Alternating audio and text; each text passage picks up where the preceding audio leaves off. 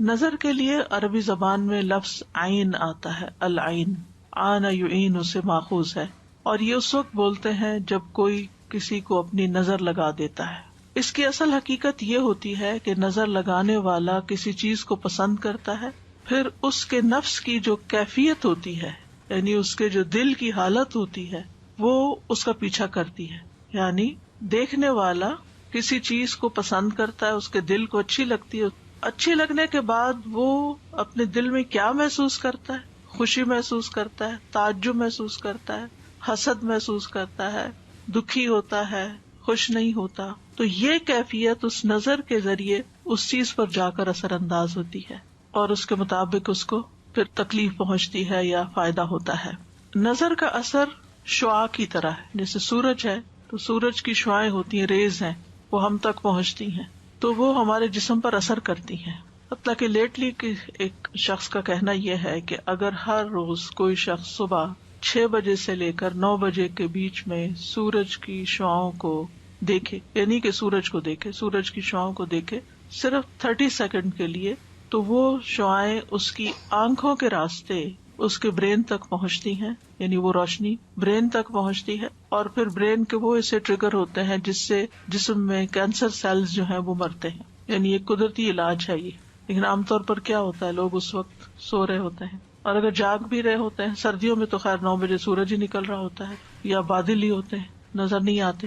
تو کہتے ہیں کہ اگر بادل بھی ہوں تو پھر ٹائم بڑھا دیں، 5-6 منٹ کر دیں، لیکن وہ جو صبح کی روشنی ہوتی ہے، مارننگ لائٹ جو ہوتی ہے، اس کو دیکھنا ضروری ہے، وہ فائدہ مند ہے۔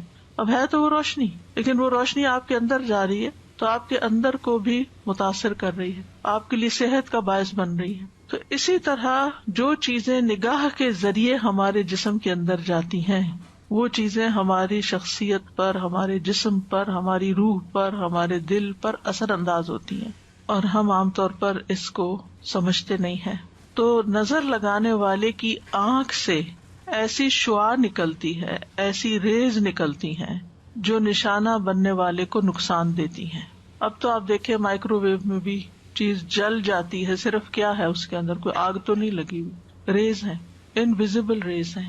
اسی طرح پتھروں کو توڑنے کے لیے بھی بعض ریز استعمال ہوتی ہیں، جیسے گال بلیڈر کے جو سٹونز ہوتے ہیں ان کو لیزر کے ذریعے ریموو کیا جاتا ہے۔ اسی طرح کچھ اور تھراپیز بھی لیزر کے ذریعے کی جاتی ہیں، یہ جو لیزر کے ذریعے بالوں کی جڑوں کو جلا دیا جاتا ہے۔ تو یہ بات پہلے زمانے میں تو شاید سمجھ میں نہ آتی لوگوں کو، لیکن اب یہ سمجھنی کچھ مشکل نہیں کہ یہ ریز جو ہے یہ اثر انداز ہوتی ہیں۔ نظر جو ہے وہ حسد کی وجہ سے بھی ہو سکتی ہے، اور اپنے پیاروں کو بھی لگ جاتی ہے۔ اب ڈپینڈ کرتا ہے کہ کس شخص کی نظر کیسی ہے۔ کچھ لوگوں کی نظر میں زیادہ تاثیر ہوتی ہے، نظر کرم بھی کہتے ہیں نا، یعنی جہاں بری نظر ہوتی ہے وہاں اچھی نظر بھی ہوتی ہے، محبت کی نظر بھی ہوتی ہے، اور دوسرے کے ساتھ ایک احساس کی نظر بھی ہوتی ہے، کیئر کی نظر بھی ہوتی ہے، وہ بیمار کو فائدہ دیتی ہے۔ یعنی یہ نہیں کہ نظر صرف بری ہی ہوتی ہے، نظر اچھی بھی ہوتی ہے، لیکن جو شخص خبیث النفس ہوتا ہے، جو کسی کی خوشی پر، کسی کی نعمت پر خوش نہیں ہوتا، جو اللہ کی تقسیم پہ راضی نہیں ہوتا، اس کے اندر کی جو خباثت ہے اس کی نگاہوں کی ریز کے ساتھ دوسرے شخص کو متاثر کرتی، اور جو شخص جتنا کمزور ہوتا ہے اتنا ہی پھر وہ وکٹم بن جاتا ہے۔ اسی لیے آپ دیکھیں کہ بچوں کو نظر زیادہ لگتی ہے، کیونکہ بچے ابھی کمزور ہوتے ہیں، ان کو نہیں پتا ایمان کیا ہے، ان کو نہیں پتا قرآن کیا ہے، ان کو ابھی کچھ پتا نہیں ہے، تو نہ وہ اپنے لیے کوئی دعائیں پڑھ سکتے ہیں اور نہ ہی وہ اپنے لیے کوئی دم کر سکتے ہیں۔ اسی لیے پیرنٹس کو چاہیے کہ وہ بچوں کی پروٹیکشن کا انتظام کریں، جیسے انہیں سردی گرمی سے بچاتے ہیں، بھوک سے بچاتے ہیں، نقصان دہ چیزوں سے بچاتے ہیں، بری کمپنی سے بچاتے ہیں، تو اسی طرح دعائیں اور اذکار پڑھ کر بھی ان کی پروٹیکشن کریں۔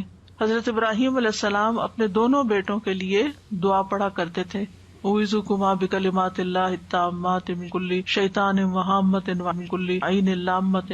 اسی طرح نبی صلی اللہ علیہ وسلم حضرت حسن اور حسین پر، جبکہ ابھی وہ بچے تھے، ان پر بھی یہ پروٹیکشن کی دعا پڑھتے تھے نظر سے بچنے کے لیے۔ تو یہ جو نظر بد جس کو کہتے ہیں، جو انسان کو تکلیف دیتی ہے، اس میں بنیادی طور پر آنکھ کا ہی کردار ہوتا ہے۔ ابن القیم کہتے ہیں یہ زہریلے تیر ہوتے ہیں، یعنی نظر کے اندر سے جو ریز نکلتی ہیں وہ تیروں کی طرح ہوتی ہیں، جو نظر لگائے ہوئے شخص کی طرف حاسد اور نظر لگانے والے کے نفس سے نکلتے ہیں۔ کبھی اس کو یہ تیر لگ جاتے ہیں اور کبھی خطا بھی ہو جاتے ہیں.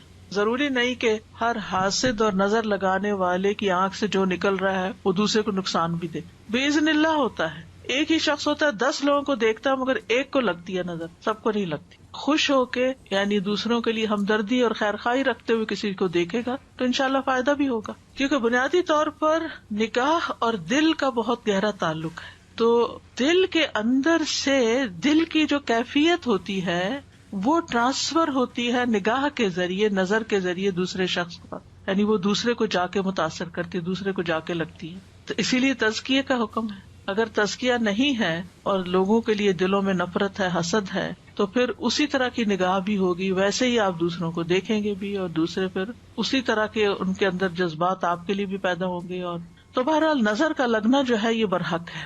نبی صلی اللہ علیہ وسلم نے فرمایا العین حق, صحیح بخاری کی روایت ہے. اس کا مطلب یہ ہے کہ یہ ایک ایسی حقیقت ہے جو ثابت شدہ ہے, واقعی ہے, یعنی اٹس اے ریالٹی. یہ صرف کوئی وہم و گمان کی بات نہیں کہ نظر لگتی ہے, بلکہ یہ ایک حقیقت ہے کہ ایسا ہوتا ہے.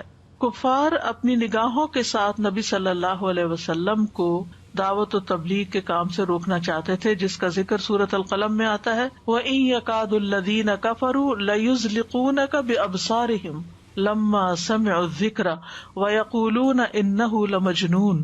اور وہ لوگ جنہوں نے کفر کیا یقیناً قریب ہے کہ آپ کو اپنی نظروں سے گھور گھور کر ضروری پھسلا دیں جب وہ ذکر کو سنتے ہیں اور کہتے ہیں کہ یقیناً یہ تو دیوانہ ہے.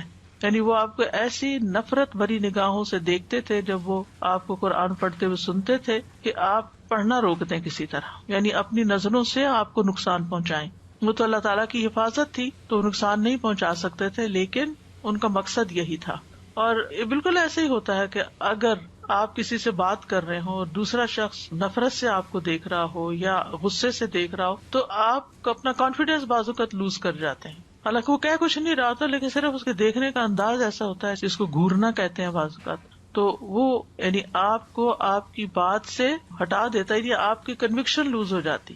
ابن عباس رضی اللہ عنہما اس کی تفسیر میں کہتے ہیں اس کا مطلب یہ ہے کہ وہ اپنی نگاہوں سے تمہیں نظر بد لگا دیں.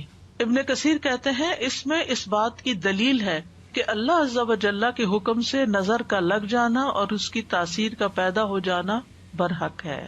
اسی لیے اللہ سبحانہ تعالیٰ نے نبی صلی اللہ علیہ وسلم کو حاسد کے حسد سے اور حاسد کے شر سے پناہ مانگنے کا حکم دیا.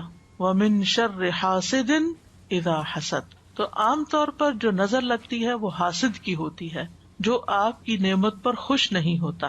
ابن قیم کہتے ہیں نظر بد کو لگانے کا اصل سبب اور بنیاد حسد ہے. اسی لیے بعض اذکار میں من حسد حاسد آتا ہے, یعنی حاسد جب حسد کرتا ہے اور اس کا حسد اس کی نگاہوں سے چھلکتا ہے اور وہ آپ کو تکلیف دیتا ہے, نقصان دیتا ہے, تو اس سے بھی اللہ تعالیٰ محفوظ رکھے. لیکن ضروری نہیں کہ صرف حسد کی بنیاد پر, بعض اوقات حسد کے علاوہ بھی, جیسے آگے میں وضاحت کروں گی, کہ تعجب کی بنیاد پر, ایکسائٹمنٹ کی وجہ سے, محبت کی وجہ سے بھی نظر لگ جاتی ہے, جیسے ماں کی بچے کو لگ جاتی ہے. اور کبھی کسی انسان کی فطرت کی بنا پر, یعنی اس کے اندر جو ایک پوائزن ہے اوور آل لوگوں کے بارے میں, ایک تلخی ہے, ایک فطرت میں وہ بخیل ہے یا کسی کی خوشی پہ خوش نہیں ہوتا, تو اس کی نظر بھی لگ جاتی ہے. ضروری نہیں کہ وہ آپ کی جان پہچان ہو. مثلاً آپ ٹریول کر رہے ہیں, آپ نے کوئی اچھی جیولری پہنی ہوئی ہے, اچھے کپڑے پہن کے بیٹھے, اچھا سا بیگ لے کے بیٹھے ہوئے ہیں, اور دور کوئی سیٹ پر بیٹھا آپ کے ساری حال ولیے کا جائزہ لے رہا ہے اور اس کو بالکل اچھا نہیں لگ رہا یہ سب کچھ, کیونکہ اس کے پاس یہ سب نہیں ہے. حالانکہ آپ کے بیچ میں کسی قسم کا کوئی تعلق رشتہ نہیں ہے, لیکن وہ صرف اپنی فطرت کی بنا پر آپ کو اپنی نگاہوں سے ایک طرح سے تکلیف دے رہا ہے ان انٹینشنلی, یعنی وہ اپنی فطرت سے مجبور ہے, اس کی نیچر ہے یہ کہ جب وہ کسی کے پاس کوئی اچھی چیز دیکھتا ہے تو اس کو بہت برا لگتا ہے. تو کسی کی بھی خوبی دیکھ کر جو برا خیال انسان کے اندر پیدا ہوتا ہے وہ عام طور پر حسد کہلاتا ہے. ماہرین نفسیات بھی کہتے ہیں کہ انسان اپنے ارادے, خواہش اور توجہ کے ذریعے دوسروں پر بہت جلد اثر انداز ہو سکتا ہے. یعنی اگر آپ کسی کو توجہ دیتے ہیں, آپ اس کے ساتھ خیرخواہی کرتے ہیں, آپ اس کو کسی خاص ڈھنگ پر لانے کا ارادہ کر لیتے ہیں, مثلا اپنے بچوں ہی کے معاملے میں کہ اس کی تربیت کرنی ہے, اس کی یہ بری عادت ٹھیک کرنی ہے, اس کے اندر یہ چیز ڈالنی ہے, تو آپ کا ارادہ ہوتا ہے کہ اس کو یہ پڑھا کے چھوڑنا ہے, اس کو یہ سکھانا ہے, تو وہ چیزیں اثر انداز ہوتی ہیں. اچھا ارادہ ہو تو فائدہ ہوگا، اور اگر برا ارادہ ہے تو نقصان بھی ہو سکتا ہے. لیکن یہ یاد رکھیے کہ یہ سب کچھ اللہ تعالیٰ کی قضاء و قدر کے ساتھ ہوتا ہے، اللہ کے اذن ہی کے ساتھ ہوتا ہے. جیسے جادو کے سلسلے میں ہم نے قرآن مجید کی آیت پڑھی تھی، وما هم بضارین بہ من احد الا باذن اللہ. تو نظر کا معاملہ بھی ایسا ہی ہے کہ باذن اللہ ہی ہوتا ہے، اور باذن اللہ کبھی نظر لگنے کی بنا پر انسان مر بھی سکتا ہے، یعنی نظر قتل بھی کر دیتی ہے، کبھی بیمار کر دیتی ہے، کبھی خوف زدہ اور دہشت زدہ کر دیتی ہے، کبھی کمزور کر دیتی ہے، اور کبھی کسی کو گرا دیتی ہے، پھسلا دیتی ہے. جیسے وہ قرآن میں لَيُزْلِقُونَكَ بِأَبْصَارِهِمْ، کوئی شخص بلندی سے گر سکتا ہے، کوئی پانی میں ڈوب سکتا ہے، اچھا بھلا تیر رہا ہے اور ایک دم اس کے بیلنس خراب ہو گیا اور گیا. رسول اللہ صلی اللہ علیہ وسلم نے فرمایا، اللہ کی قضاء و قدر کے بعد نظر بد ہی میری امت کے اکثر لوگوں کی موت کا سبب بنتی ہے. ایک اور حدیث میں آپ نے فرمایا کہ نظر بد آدمی کو قبر میں اور اونٹ کو ہانڈی میں پہنچا دیتی ہے، یعنی انسان مر کے قبر میں پہنچ جاتا ہے اور اونٹ کو ذبح کر لیا جاتا ہے اور لوگ پکا کے اس کو کھا جاتے ہیں، حالانکہ وہ اچھا بھلا ہوتا ہے. تو بہرحال اس تمہید کا مقصد یہ تھا کہ ہم یہ اچھی طرح جان لیں کہ ہمارے دین میں اس کا کیا کانسیپٹ ہے. کچھ لوگ تو ہر چیز میں نظر کا اثر ماننے شروع ہو جاتے ہیں اور کچھ کسی چیز میں بھی اثر نہیں مانتے. تو اعتدال کی راہ وہی ہے جو ہمارے دین کی ہے کہ لگ بھی سکتی اور نہیں بھی لگ سکتی، باذن اللہ ہی سب کچھ ہوتا ہے. تو آج کی آیات میں ہم دیکھتے ہیں سورۃ یوسف کی، جس میں یوسف علیہ السلام کے والد یعقوب علیہ السلام اپنے بچوں کو لوگوں کی نظر بد سے بچانے کے لیے ایک خاص حکم دیتے ہیں. آیات سنیے، پھر اس کے بعد ان کی ہلکی پھلکی وضاحت کریں گے. اور یعقوب نے کہا، اے میرے بیٹو، تم سب شہر میں ایک دروازے سے داخل نہ ہونا، بلکہ تم مختلف دروازوں سے الگ الگ داخل ہونا، اور میں اللہ کی طرف سے آنے والی کسی چیز سے تمہیں نہیں بچا سکتا. حکم تو صرف اللہ ہی کا چلتا ہے، اسی پر میں نے توکل کیا، اور اسی پر پس چاہیے کہ توکل کرنے والے توکل کریں. اور جب وہ شہر میں اسی طرح داخل ہوئے جس طرح ان کے والد نے انہیں حکم دیا تھا، تو انہیں اللہ کے مقابل کوئی چیز کام نہ آئی، سوائے اس کے کہ یعقوب کے دل میں ایک خیال آیا تھا جسے اس نے پورا کیا. اور بے شک وہ البتہ علم والا تھا جو ہم نے اسے سکھایا تھا، لیکن اکثر لوگ جانتے نہیں. یعقوب علیہ السلام نے جب بنیامین کو باقی بیٹوں کے ساتھ مصر بھیجا تو اس وقت انہیں نصیحت کی کہ اے میرے پیارے بچوں، تم سب ایک دروازے سے شہر میں داخل نہ ہونا. یا بنیہ، مجھے بڑی حیرت ہوتی ہے، یہ سائیڈ نوٹ ہے، بڑی حیرت ہوتی ہے کہ ان بچوں نے کتنی تکلیف دی تھی. یعقوب علیہ السلام زندگی بھر کا روگ لگا لیا تھا، اپنے بھائی کو بظاہر مار ڈالا تھا، ختم کر دیا تھا، لیکن باپ کا رویہ کیسا رہا اولاد کے ساتھ؟ وہ ان پہ ناراض نہیں ہوئے، انہوں نے ان کو گھر سے نہیں نکالا، انہوں نے ان کو تانے نہیں دیے، انہوں نے ان کو بات بات پر ڈانٹا نہیں، بلکہ یا بنیا کہہ کے پکارتے. اس میں تربیت اولاد کا ایک بہت بڑا پہلو چھپا ہوا ہے کہ اولاد اپنی ہی ہے نا، جو بھی کرے وہ اپنی ہی ہے نا. اگر آپ ان کے لیے نہیں تو پھر کون ہوگا؟ وہ کچھ بھی کرے، آپ کو محبت سے، پیار سے اور خیر خواہی کے ساتھ ان کی تربیت کرنی ہے، ان کو اپنا بنانا ہے، ان کی غلطیوں کو معاف کرنا ہے، انہیں سیدھے رستے پہ لانا ہے. کیونکہ محبت جو کچھ کر سکتی ہے وہ نفرت نہیں کرتی. یعنی کتنی تکلیف ہوگی ان کے دل میں، اور کتنا مشکل ہوتا ہے کہ جب بچوں کی طرف سے تکلیف بھی پہنچے اور پھر انسان انہیں گلے بھی لگائے اور انہیں پیار سے بھی بلائے. لیکن بہت سے والدین اس کی پرواہ نہیں کرتے، اور وہ اگر بچوں نے کوئی ایسا کام کر لیا ہے جو قتل سے بڑا کیا جرم ہو سکتا ہے، باقی جرائم تو اس سے چھوٹے ہی ہوتے ہیں، اگر انہوں نے کوئی ایسا کام کر لیا ہے تو اس کہتے ہیں شکل نہ دکھاؤ، تم گھر سے نکل جاؤ، اور ڈسون کر دیتے ہیں، چھوٹی چھوٹی باتوں پر لڑنے مرنے پہ تیار ہو جاتے ہیں. ایسے بچوں کی زندگی حرام کر کے رکھ دیتے. تو بہرحال کہتے ہیں میرے پیارے بچوں، تم سب ایک دروازے سے شہر میں نہ جانا. انہیں پروٹیکٹ کرنے کے لیے سفر کرنے کا طریقہ بتا رہے ہیں، بلکہ مصر میں مختلف دروازوں سے ایک ایک دو دو کر کے داخل ہونا، تاکہ تم لوگوں کی نگاہ میں نہ ہو، تمہیں بری نظر نہ لگے. کیونکہ آپ کو پتا کہ فلسطین کے لوگ ویسے بھی کتنے خوبصورت ہوتے ہیں، اور پھر وہ سارے جوان لڑکے اور وہ سارے کے سارے ایک گروپ بن کے اگر ایک ہی جیسی شکلوں جیسے وہ داخل ہو رہے ہوں تو کوئی بھی دیکھے گا تو جو نظر موجب ہوتی، تعجب والی، حیرانگی والی، خوشی والی، وہ ان کو نقصان دے سکتی ہے. چونکہ وہ خوبصورت تھے، طاقتور تھے، مضبوط نوجوان تھے، تو انہیں ڈر تھا کہ نظر لگے گی. اور ساتھ ہی پھر کہا کہ میں اپنی اس تدبیر کے ذریعے اللہ کی قضاء و قدر کو نہیں ٹال سکتا. سبب اختیار کرنا ہمارا کام ہے، لیکن باقی پھر اللہ کے ہاتھ میں ہے. یعنی احتیاط تقدیر کی راہ میں حائل نہیں ہو سکتی، تمام فیصلے اللہ کے اختیار میں ہیں. اس میں کسی اور کا کوئی دخل نہیں ہے، اس لیے میں اس پہ توکل کرتا ہوں. تو ایسے تمام معاملات جن کے معاملے میں انسان کا دل چھوٹا ہوتا ہے، خوف ہوتا ہے، انسان کو چاہیے کہ تدبیر اختیار کرے اور باقی اللہ پہ بھروسہ کرے اور اپنا دل ہلکا کر لے. تو کہتے ہیں کہ تمام لوگوں کو بھی صرف اسی پہ بھروسہ کرنا چاہیے، یعنی وہ ساتھ دوسروں کو بھی سبق سکھا رہے ہیں. تو بہرحال یوسف علیہ السلام کے بھائی مصر پہنچ کر والد کی نصیحت کے مطابق مختلف دروازوں سے شہر میں داخل ہوئے، لیکن ہوا وہی جس کی کھٹک تھی ان کے دل میں کہ بنیامین کے ساتھ وہ واقعہ پیش آ گیا اور بنیامین کو انہیں وہیں چھوڑنا پڑا.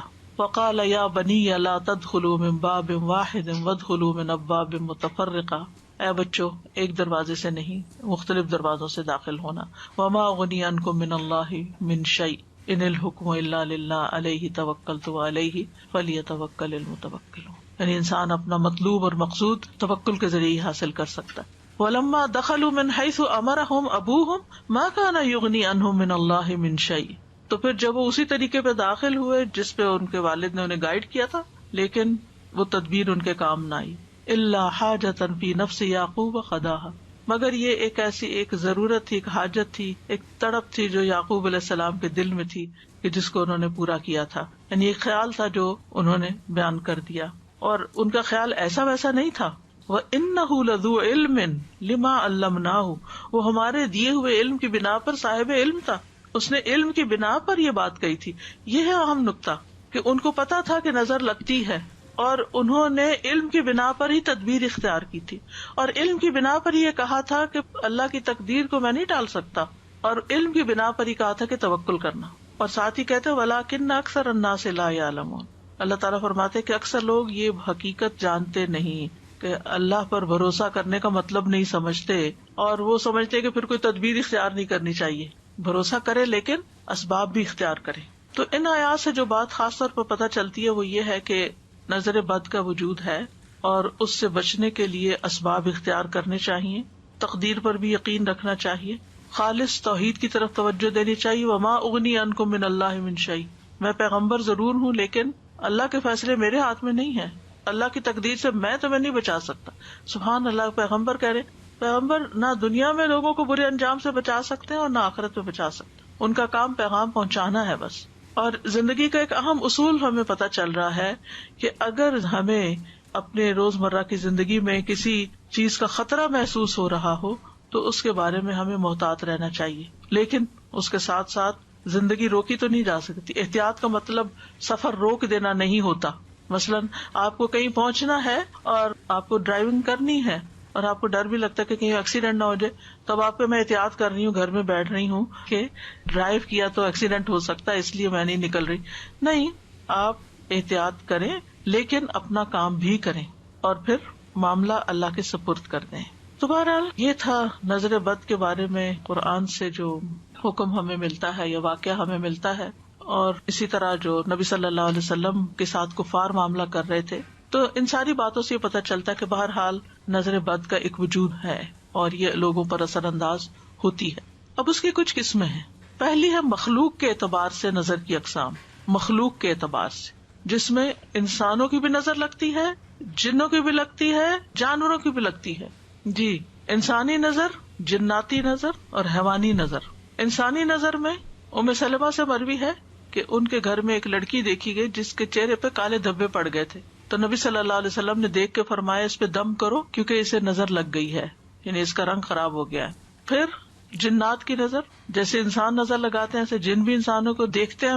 انہم یراکم هو وقبیلہ من حیث لا ترونہم، ہم انہیں نہیں دیکھ سکتے، وہ ہمیں دیکھ رہے ہوتے ہیں. اسی لیے جب آپ واش روم جاتے ہیں تو اس وقت بھی دعا پڑھ کے جاتے ہیں، کپڑے بدلتے ہیں، بسم اللہ پڑھ کے بدلتے ہیں تاکہ ان کی نظر آپ کے ننگے جسم پر نہ پڑے. تو یہ جو حدیث ہے نا حضرت ام سلمہ والی، اس میں صفعۃ کا لفظ آتا ہے. صفعۃ کا معنی ہوتا ہے نظرۃ من الجن، جنوں کی نظر، یعنی اس بچی کو جنوں کی نظر لگی ہوئی ہے. یہ تو آپ کو معلوم ہے نا کہ بعض جن انسانوں پہ عاشق ہو جاتے ہیں، ان کے پیچھے پڑ جاتے ہیں، ان کو نقصان دیتے ہیں وغیرہ وغیرہ. تو اس سے پتہ چلتا ہے کہ جنات بھی نظر لگاتے ہیں اور ان کی نظر انسانوں کی نظر سے بھی زیادہ سخت ہوتی ہے. ابو سعید خدری رضی اللہ عنہ کہتے ہیں کہ رسول اللہ صلی اللہ علیہ وسلم جنوں اور انسانوں کی نظر بد سے پناہ مانگا کرتے تھے، یہاں تک کہ معوذتین نازل ہوئی. جب یہ نازل ہوئی تو آپ نے انہیں پڑھنا شروع کر دیا اور ان کے علاوہ باقی چیزیں چھوڑ دی، یعنی نظر کے لیے. حسد، نظر، جادو، سب شر کے بچنے کے لیے. میں سوچتی ہوں ہمارا دین اتنا خوبصورت ہے لیکن مشکل یہ کہ ہم اس پر عمل نہیں کرتے اور مصیبت کا شکار رہتے ہیں. ہم سب جانتے ہیں نا کہ ہر نماز کے بعد معوذتین پڑھنی چاہیے. کتنے لوگ پڑھتے ہیں؟ یہ نہیں سو مجھے حساب نہیں دینا، لیکن کہنے کا مطلب یہ ہے کہ ہمارے مسلمانوں میں سے کتنے لوگ اس کا اہتمام کرتے ہیں. اگر پڑھ لی ایک دو میں کے بعد پڑھ لیا، اب اسی وقت جلدی ہے بھائی، اٹھتے اٹھتے چلتے چلتے بھی پڑھ لو. اگر آپ کو جلدی کچن میں ہی جانا ہے، وہ گھر سے نکلنا ہے، تو اس کو چھوڑو نہیں. 1-1.5 منٹ لگتا ہے، کچھ بھی نہیں دیر لگتی. لوگ بڑے بڑے وظیفے کرتے 1000 دفعہ یہ پڑھ لو، 1.25 دفعہ فلاں تسبیح کر لو. آپ صرف یہ وظیفہ پابندی سے کر کے دیکھیں، آپ کے مزاج میں فرق پڑ جائے گا، آپ کے اپنے مزاج میں فرق پڑے گا. کیونکہ ہر انسان کسی نہ کسی طرح آب و ہوا میں پولوشن ہے، پھر لوگوں کی نظریں ہیں، لوگوں کی باتیں ہیں، طرح طرح کے مسائل ہیں. یہ ساری چیزیں مل کے انسان کو اندر سے گھٹا ہوا کر دیتی ہیں، اس کی صلاحیتوں کو بند کر دیتی ہیں، اور انسان کے اندر کچھ خوف، توہمات اور پتہ نہیں کیا کچھ پیدا ہو جاتا ہے، حتیٰ کہ انسان بیکار ہو جاتا ہے. لیکن اگر آپ ہر نماز کے بعد توجہ کے ساتھ یہ پڑھ کے، اگر آپ کو زیادہ پریشانی ہے، یعنی کوئی طبیعت جیسے خراب ہے، تو ہاتھوں پہ پڑھ کے سر سے لے کے پورے جسم پر ہاتھ پھیرے، جھاڑے خود کو. اگر دل زیادہ غمگین ہے تو صرف دل کے مقام پر پڑھ کے جھاڑ دیں. اور اگر ٹھیک ہے، ماشاءاللہ صحیح سلامت ہے، اللہ ہمیشہ ایسے رکھے، تو آپ ویسے ہی پڑھیں. یہ سنت ہے، ثواب سمجھ کے پڑھیں. اگر ہم سنتوں کا اہتمام شروع کر دیں نا، تو ہمارے بہت سے مسائل خود بخود حل ہو جائیں. ہمیں دین میں کوئی بھی چیز بے وجہ نہیں سکھائی گئی کہ اس وقت یہ کام کر لو اور اس وقت یہ کر لو. ہر ایک چیز کا ایک مقصد ہے. وَلَٰكِنَّ أَكْثَرَ النَّاسِ لَا يَعْلَمُونَ. لہٰذا وہ مشکلات کا شکار رہتے ہیں. پھر آپ دیکھیے کہ تیسری ہے حوانی نظر. جیسے آپ نے گھر میں پیٹ رکھا، بلی ہے مثلا.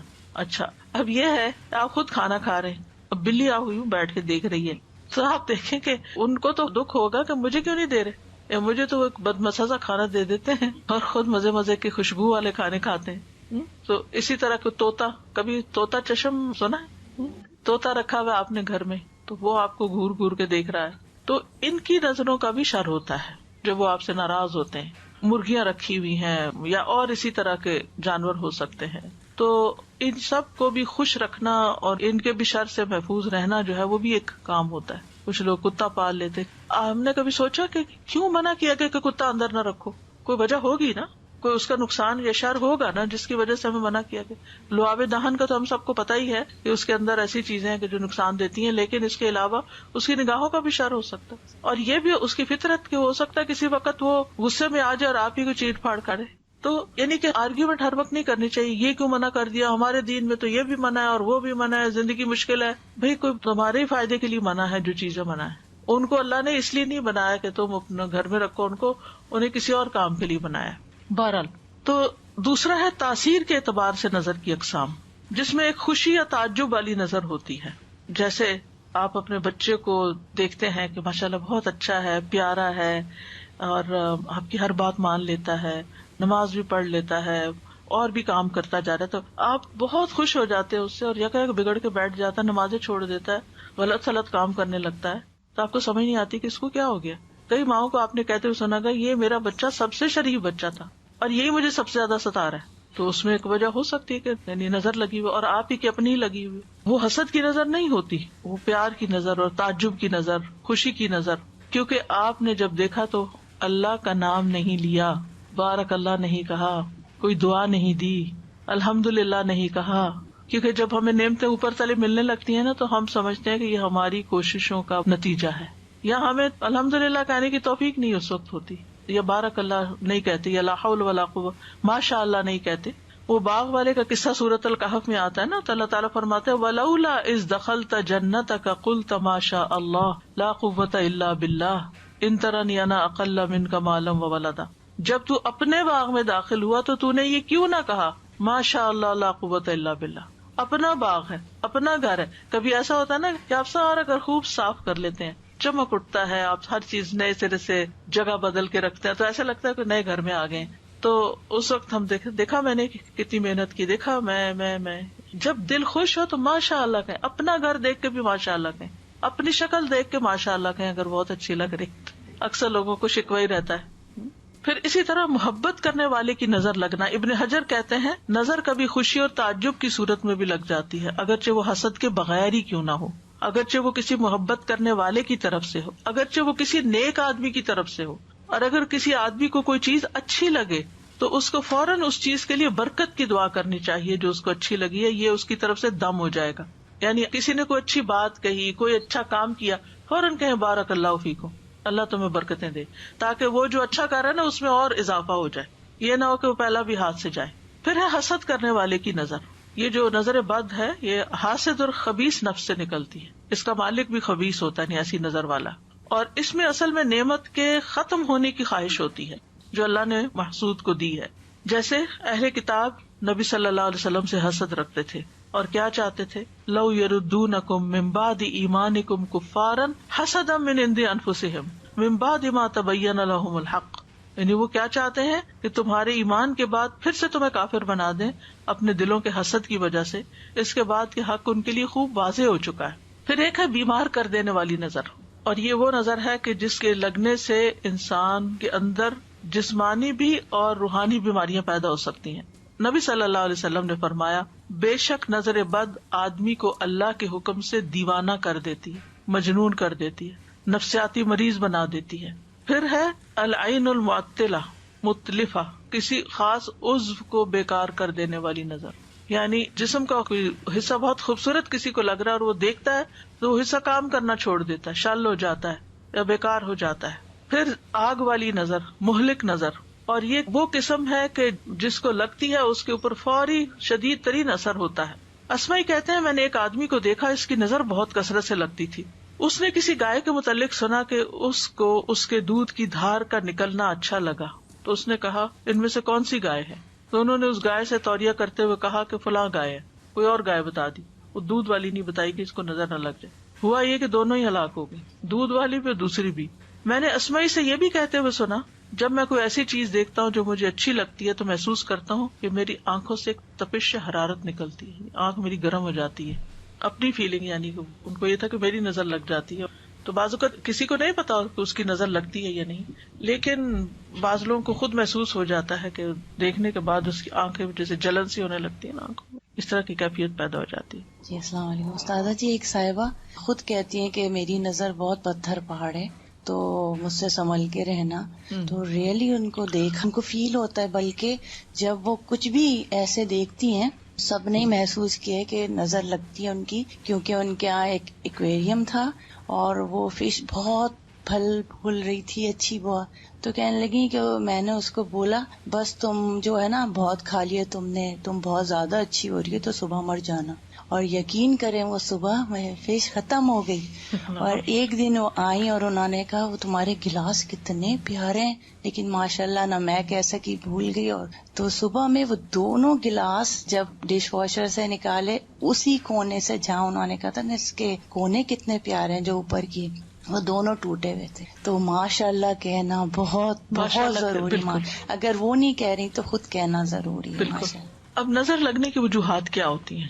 پہلی بات یہ کہ جو کچھ ہوتا ہے اللہ کے حکم سے ہوتا ہے. ان الحکم الا للہ. اللہ سبحانہ وتعالیٰ نے چونکہ یہ زندگی یہ دنیا آزمائش کے لیے بنائی ہے، تو جس طرح اور چیزیں کچھ ہمارے لیے بیماری کا باعث بنتی ہیں، وائرسز ہیں، بیکٹیریاز ہیں، جراثیم ہیں، ایسے ہی یہ چیز بھی امتحانوں میں سے ایک امتحان ہے، اللہ کے لشکروں میں سے ایک لشکر ہے. پھر اسی طرح یہ یاد رکھنا چاہیے کہ ما اصاب من مصیبت الا باذن اللہ، اللہ کے اذن سے ہی مصیبت آتی. پھر یہ کہ یہ تقدیر میں تکلیف لکھی ہوتی ہے، اس کا سبب بن جاتا ہے کوئی. نبی صلی اللہ علیہ وسلم نے فرمایا نظر لگنا برحق ہے، اگر کوئی چیز تقدیر پر غالب آ سکتی تو وہ نظر بد ہے. ایک وجہ یہ بھی ہے کہ انسان کی زندگی میں اذکار اور تلاوت اور اللہ کے نام کی کمی ہوتی ہے. ابن قیم کہتے ہیں کہ نظر بد ایک قسم کے تیر ہوتے ہیں جو محسود اور معیون کی طرف حاسد یعنی حسد کرنے والے اور نظر لگانے والے کے نفس سے نکلتے ہیں. کبھی ان کا نشانہ لگ جاتا ہے، کبھی خطا ہو جاتا ہے. پھر اگر یہ تیر اس کو ننگا پاتے ہیں، اس پر کوئی بچاؤ کا سامان نہیں، یعنی اذکار وغیرہ کی کوئی لیئر نہیں، اور یہ کہ صبح شام کے اذکار کی حفاظت کرنے والا نہیں، تو تیر اس کو لگ جاتا ہے اور اس پر اثر انداز ہو جاتا ہے. پھر اسی طرح یہ ہے کہ بعض اوقات اذکار وغیرہ پڑھنے کے باوجود بھی نظر لگ جاتی ہے، اور وہ انسان کا امتحان ہوتا ہے، تقدیر ہوتی ہے، آزمائش ہوتی ہے. اب اس کی علامات کیا ہوتی ہیں؟ کچھ تو جسمانی عوارض ہوتے ہیں، یعنی بیماریاں ہوتی ہیں، جیسے چہرے پہ دھبے پڑ جانا. وہ حضرت ام سلمہ والی حدیث میں جس بچی کے چہرے پر دھبے تھے سیاہ، تو نبی صلی اللہ علیہ وسلم نے اس کے لیے دم کرنے کا کہا. پھر بلا وجہ رونا آتے جانا، جیسے بچے بلا وجہ روتے چاہتے روتے، انہیں اٹھا رہے ہیں، بہلا رہے ہیں، کھلا رہے ہیں، پلا رہے ہیں، کچھ دے رہے ہیں، ان کو اثر ہی نہیں. اللہ اکبر. شاید آپ کو بھی کبھی یہ واقعہ پیش آیا ہو. بڑا بھی ہو سکتا ہے نا، بے وجہ رونا آتا چلا جاتا ہے، ہوتا ہے. یہ جو بچوں کا بلا وجہ روتے جانا ہے، اس کی دلیل یہ ہے کہ ایک مرتبہ نبی صلی اللہ علیہ وسلم تشریف لائے تو ایک بچے کے رونے کی آواز سنی. فرمایا یہ بچہ کیوں رو رہا ہے؟ کیا تم نے اس کو نظر بد کا دم نہیں کروایا؟ یعنی اس کو نظر لگی ہوئی ہے اس لیے رو رہا ہے. پھر بچوں کا کمزور ہو جانا، سب کچھ کھا رہے ہیں، پی رہے ہیں، بڑھ ہی نہیں رہے. آپ صلی اللہ علیہ وسلم نے اسما بنت امیس سے کہا کیا بات ہے، میں اپنے بھائی یعنی جعفر کے بیٹوں کے جسموں کو دبلا پتلا دیکھتا ہوں، کیا انہیں فقر و فاقہ رہتا ہے؟ انہوں نے کہا نہیں، بلکہ انہیں نظر بد بہت جلد لگ جاتی. آپ نے فرمایا انہیں دم کرو. انہوں نے آپ کے سامنے چند کلمات پیش کیے تو آپ نے فرمایا انہیں دم کرو. نہیں ٹھیک ہے، یہ پڑھ کے دم کر دو. پھر اسی طرح بعض اوقات گرنا اور پھسلنا، یعنی آپ چل رہے ہیں، ٹھیک ٹھاک چل رہے ہیں، جیسے اس دن کسی بہن نے کہا تھا کہ ان کا پاؤں فریکچر ہو گیا تھا چلتے چلتے، یا اسی طرح انسان گر پڑتا چلتے ہوئے، یا اوپر سے پھسل جاتا ہے، یا کوئی بھی ایسی وجہ بھی بن جاتی، یعنی ٹھیک چل رہا ہوتا ہے معاملہ اور اچانک بے وجہ کوئی ایسی مصیبت آ پڑتی ہے. رسول اللہ صلی اللہ علیہ وسلم نے فرمایا بے شک نظر آدمی کو دیوانہ کر دیتی ہے اللہ کے حکم سے، حتیٰ کہ کبھی ایسا ہوتا ہے کہ وہ اونچی جگہ پر چڑھتا ہے پھر وہاں سے گر پڑتا ہے. ابن عباس کہتے ہیں نبی صلی اللہ علیہ وسلم نے فرمایا نظر کا لگ جانا برحق ہے اور یہ اوپر چڑھنے والے کو پھسلا دیتی ہے. کبھی جان خطرے میں پڑ جاتی، شدید بیماری لاحق ہو جاتی ہے. عبداللہ بن عامر کہتے ہیں کہ عامر بن ربیعہ اور سہل بن حنیف یا حنیف دونوں غسل کرنے کے ارادے سے نکلے. وہ کوئی اوٹ تلاش کر رہے تھے کہ چھپ کے ذرا نہا لیں. سہل نے اون کا جبہ اتارا. عامر کہتے ہیں میں نے اسے دیکھا تو اسے میری نظر لگ گئی. وہ پانی میں اتر کر نہانے لگ گیا. میں نے پانی میں اس کے بڑبڑانے کی آواز سنی. میں اس کے پاس آیا، 3 دفعہ آواز دی، اس نے جواب نہ دیا. پھر میں نبی صلی اللہ علیہ وسلم کے پاس آیا اور ساری بات بتائی. آپ تشریف لائے اور پانی میں داخل ہو گئے. گویا میں اب بھی آپ کی پنڈلیوں کی سفیدی دیکھ رہا ہوں. آپ نے اس کے سینے پر 3 دفعہ ہاتھ مارا، پھر یہ دعا دی اللہم اذہب عنہ حرہا وبردہا ووصبہا.